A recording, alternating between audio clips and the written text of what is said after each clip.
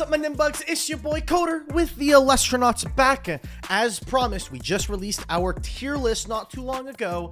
And as I said in that video, we're going to be releasing deck profiles for all the top decks on the tier list. So for today, I'm going to be presenting to you for the very first time our current Elestrals approved Mor Frost deck list. Now, just a quick thing to note, we don't have Frostfall cards yet. So any cards that you see in here that come out of Frostfall are proxies. We did create some proxies so that we could use to test. So don't be shocked and be like, Coder, you have fake cards in your deck? Yes, I am including proxies in this deck in order to make the deck look good and all that stuff. And it's also what we use to test because we prefer to test via webcam rather than via the digital app. So for that reason, I'm going to be presenting you a deck profile with proxies, but it's fine. It's all good. It still does the job. And we'll present to you guys exactly how we are playing Mor Frost for the upcoming Frostfall format. And with that being said, let's get into the deck profile. So to start things off, we are playing 3 copies of the Mor Frost in this form, 3 copies of the Mor Frost Lichen form, as well as 3 copies of the Mor Frost Abominable form. Now you'll notice we are not playing the Terraform, and the reason for that is because the Terraform genuinely is not that good. The effect that it has is quite lackluster, and it's kind of only really good if you're already leading in the game. It requires a ton of setup, right? You're not going to be able to, it won't be the first Mor Frost you'll want to slap down. It'll be the second or maybe even the third. And for that to even get you any value, you need to have additional copies of Mor Frost in your hand to be pitching off it. I guess it could like kind of combo with the Kryoling, but we also opted to not play that. So we are playing the core of the Mor Frost as more of like an engine rather than a pure deck. And the reason why is because the Lichen form can get you 1 of each copy of these, or if you open either one of these, get 2 of the other, or if you open like an Indus, you'll rather want to get 2 a bomb. And with that, you'll be able to normal the Indus, get 2 more Mor Frost into the grave, and then you have access to a 4 attack a bomb. And then once your opponent outs your Indus, you'll be able to pop a back row, and then your bomb that you're normaling on the following turn will be a 5 attacker. And then every subsequent bomb that you'll be slapping down will have 6 attack or 7 attack, and so on. So the deck basically is a very small Mor Frost engine that lets you get to an bomb that will always be a big beater. And because your Lichen gets you 2 guys, you'll basically have a lot of guys to run out every single turn to continue to apply pressure. And the Terraform just simply doesn't slot in well with that, which is the reason why we opted not to play it.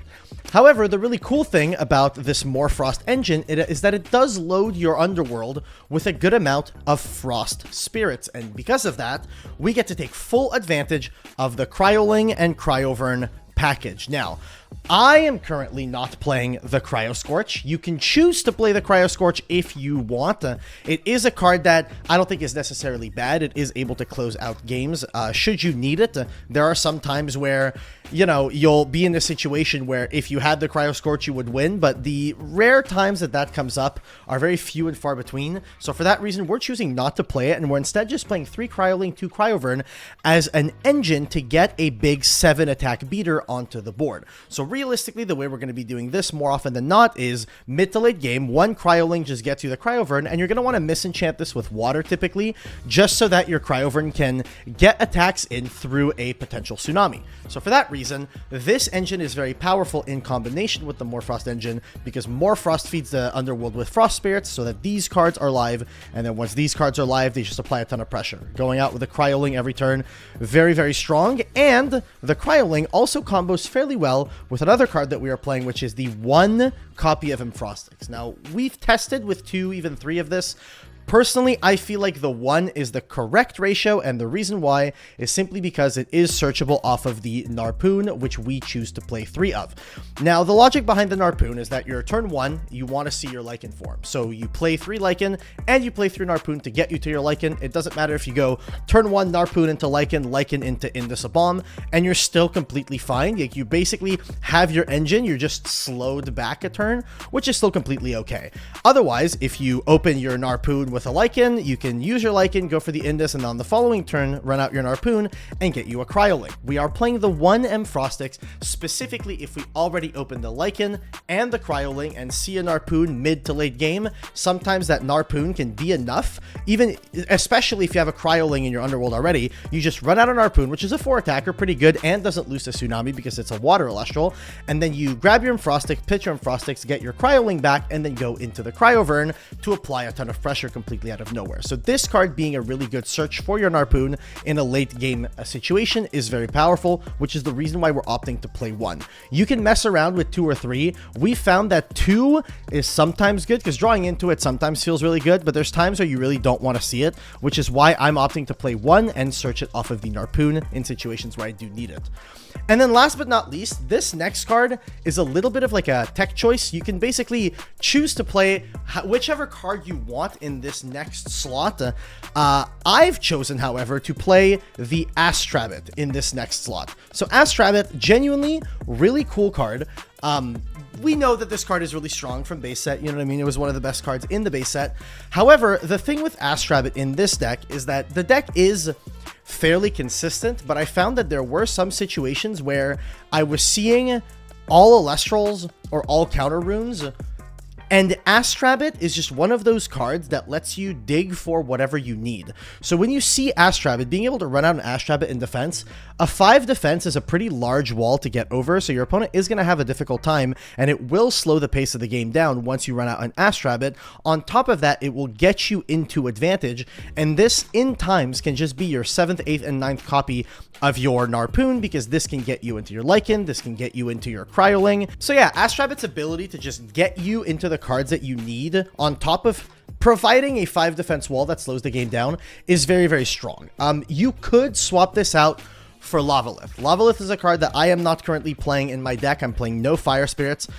We did test a version that played the Cryo Scorch with the Lavalith and the Chains of Prometheus. Something to test out for you guys. I've personally tested, and I prefer the Astrabbit version of the deck. I believe Josh of the Elestrals does prefer the Lavalith version. So it is really up to your own discretion which of those builds you want to play. Give them both a try. I'm personally a big fan of the Astrabbit, so this is what I'll be rocking with for the time being. But you let me know in your testing if you prefer the Astrabbit or the Lavalith.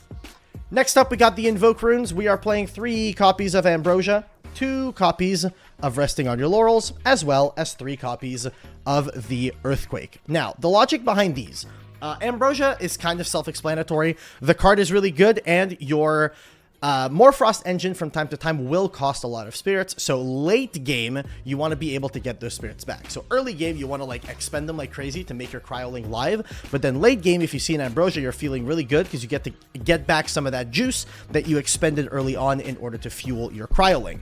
And then the other thing is the fact that this deck kind of struggles with dealing with big guys from time to time. If you don't see your Kryoling into Cryovern, any guy that has above 5 attacks, so like a Lavalith or something like that, is fairly difficult for this deck to deal with, which is why we're choosing to play 3 Earthquake and 2 Resting on Your Laurels to kind of help out with that and give the deck a little bit more removal for Elestrals. The back row really doesn't matter. This deck has enough guys to just run into back row every single turn and not really care. I've won games where I've opened a single counter rune and saw no other counter runes for the rest of the game and was just running out a guy and attacking every single turn. And sometimes the deck is just able to power through back row, but sometimes Elestrals are where the issue is, so that's the reason why we're playing the Earthquake and the Restings in order to deal with that.